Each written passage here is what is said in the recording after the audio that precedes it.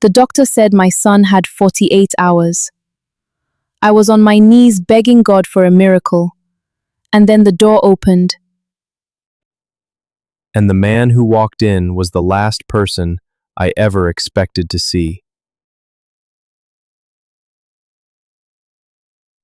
The morning Emeka signed the kidney donation form, his hands were shaking so badly the nurse had to hold the clipboard steady. He was 31 years old, healthy, working a logistics job in Lagos that barely paid enough to send money home to his mother in Enugu. He had a 3-month-old son named Daniel, a wife named Chidera who was still recovering from a difficult birth, and exactly one functional kidney he was about to give away to a man he had never met. Mr. Emeka, his name is Obiechina, 47 years old, a teacher, father of 4. Both kidneys have failed. There is no matching family donor. Months to live. His blood type matched. His health profile was near perfect. He was the only viable anonymous donor on record. You are not obligated. This is completely your choice. You can walk away right now, and there will be no record of this conversation.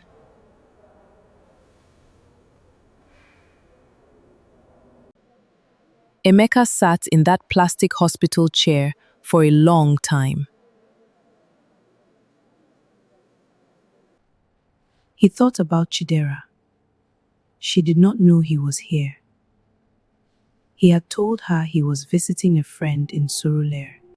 He thought about what it would mean to live with one kidney, the diet restrictions, the checkups, the risk, the permanent scar low on his left side. He thought about Mr. Obiechina's 4 children, and then he thought, if it were me on that bed, if it were Daniel in 30 years, I would want someone to say yes. He picked up the pen.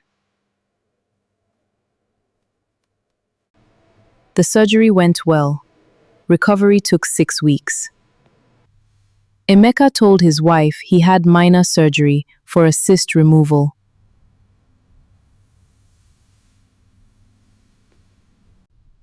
You should have told me. It was nothing. I'm fine. She kissed his forehead and made him pepper soup and asked no more questions. He never told anyone what he had done. Not his mother. Not his closest friend Tobena. Not even the pastor who visited his house every 3rd Sunday. Years passed. Daniel grew.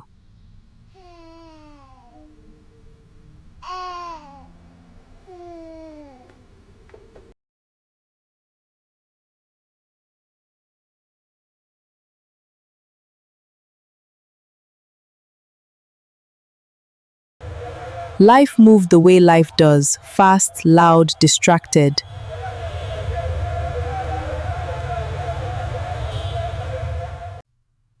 Emeka forgot. Not the act. He never forgot the act. But he stopped expecting anything from it. It was done. It was sealed. It was his alone.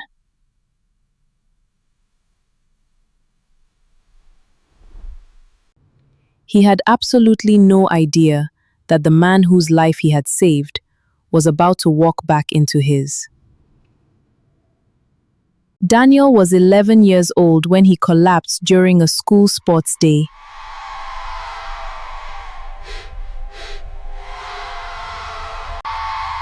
Not a dramatic fall, the kind parents imagine, with screaming and chaos.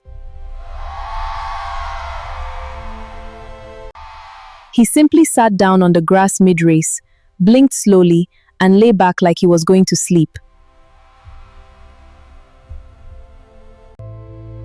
The diagnosis came in waves, each one worse than the last. It is acute kidney failure, both kidneys, severe. We believe it is likely hereditary, possibly triggered by an undetected infection that has been quietly damaging his renal system for over a year. Without a transplant, long-term dialysis, his kidneys functioning at 11% and still dropping. Chidera made a sound Emeka had never heard from her before. Low, the sound of a mother's world cracking.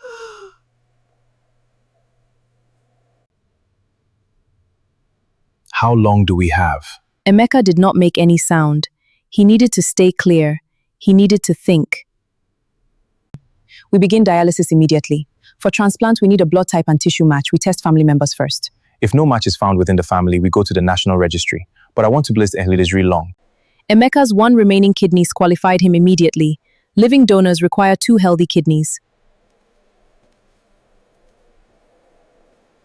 For the first time, a whisper from the worst part of himself. What if you had kept it? What if you had said no that day? He crushed the thought immediately. He was not that man. Chidera's tissue type didn't match.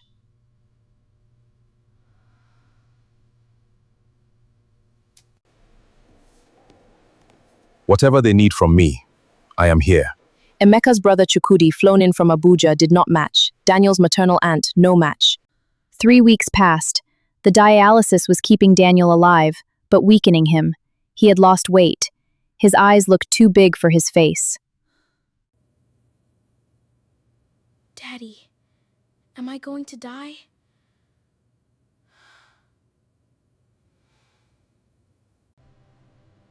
No, I promise you, no. He lied, with every ounce of love he had.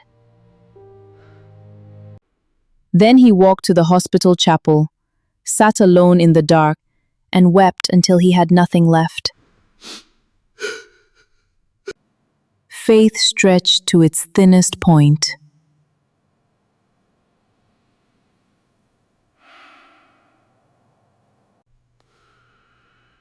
It was in that chapel, empty, exhausted, that his phone rang.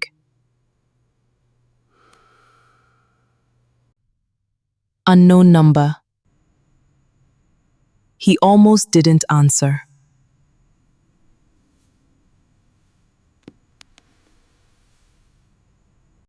The voice on the other end was calm, measured, the kind of calm that belongs to someone who has rehearsed what they are about to say many times. My name is Ochina. Chukwemeka Oapichina. You do not know my face. But 11 years ago, you saved my... Emeka stopped breathing.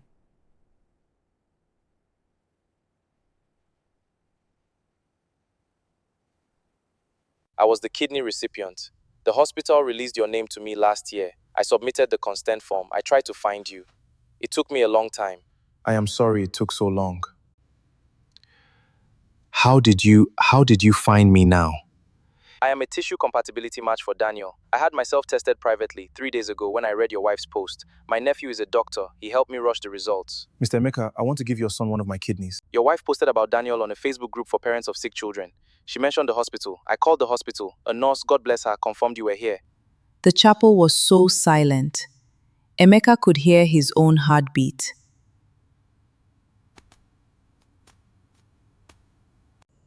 You cannot.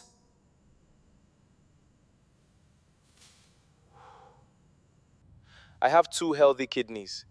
I have been monitored every year since my transplant.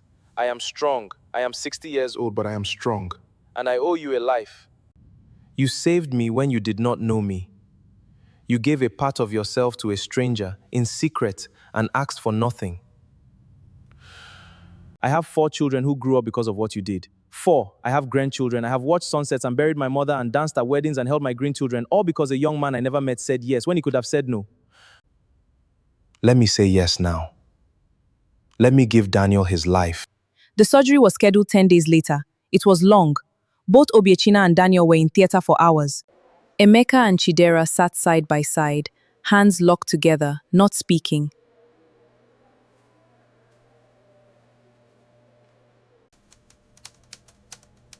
When Dr. Nwosu came out and nodded, just nodded, with the beginning of a smile.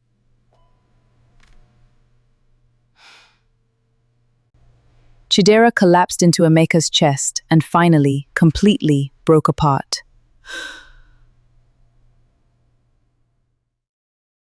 On the 4th day, Emeka walked into his room for the first time and saw the face of the man whose life he had saved 11 years ago. Old now, thinner, eyes warm and deep and full of everything words could not hold.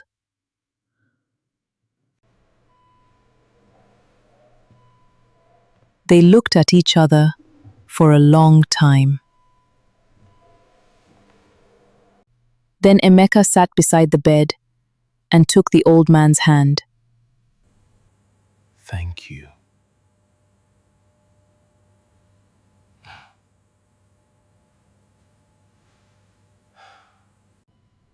Thank you. No. Thank you. You started this. What you give in secret, heaven multiplies in the open. No seed of kindness is ever truly lost.